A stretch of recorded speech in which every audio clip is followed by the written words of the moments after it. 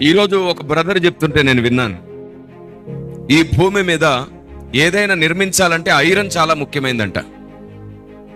కానీ ఆ ఐరన్ కూడా తుప్పు పడుతుందంట.